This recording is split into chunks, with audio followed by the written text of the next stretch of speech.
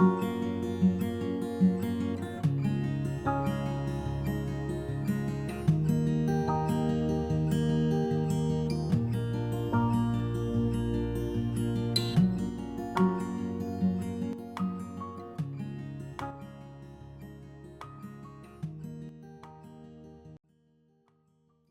it's me, Lisa, and welcome back to my YouTube channel. I'm an IFS practitioner, an energy and body worker, an artist, an author, and I specialize in working with people who are empathic and highly sensitive, who are recovering from trauma and narcissistic abuse. In today's episode, I want to talk about the energy exchange, really go a little bit more into that between the part systems of a narcissist and of an empath. And when we talk today, I want to talk about some of the common language that's used in that narcissistic abuse cycle. We use words like love bombing, devaluation, and discard.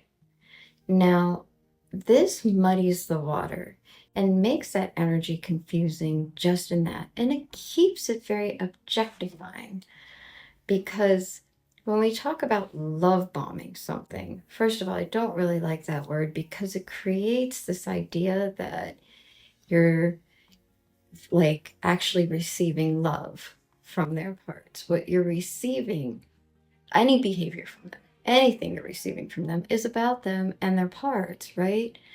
And when we use words like devaluing, again, we're validating their reality of you. So, of course, it's going to create even like dissonance in your parts because some parts may be feeling, and this is in the empathic system, may be feeling like really crappy and confused about what happened. Some may be angry, and some may be feeling like grief and sadness and like really bad about yourself and the shame.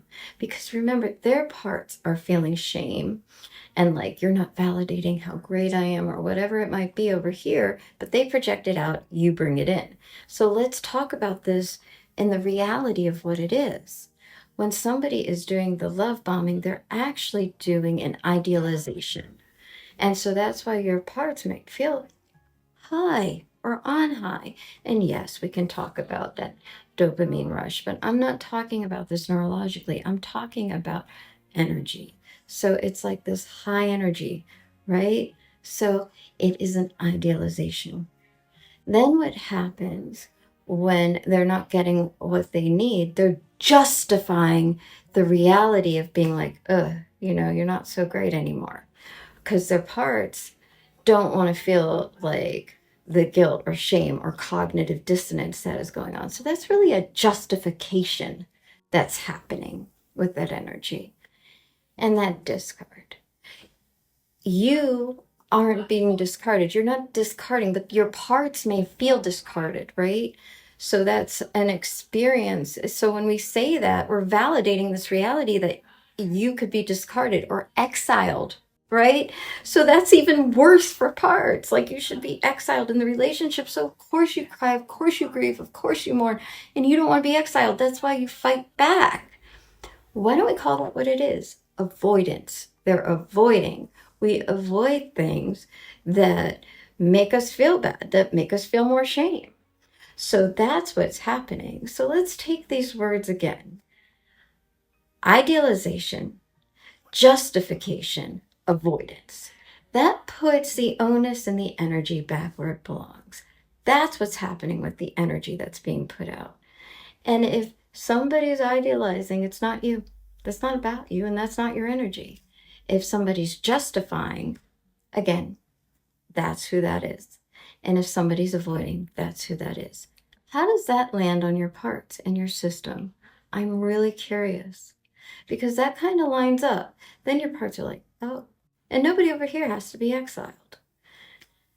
It also puts the accountability where it belongs because we know that's not going to be taken by this system, possibly, hopefully, maybe one day, but at least that's more of a self-led, energetic response. So I hope this was a helpful video. Sorry, a video. I hope it was a helpful video. Let me know what you think and put some comments below. And if you want to get in touch with me to learn more about how to do this or what's going on with the burdens you might have in your system, please reach out. I have my information, my website below, and I'll be talking to you soon. Oh yeah, and don't forget to hit the like and again the subscribe.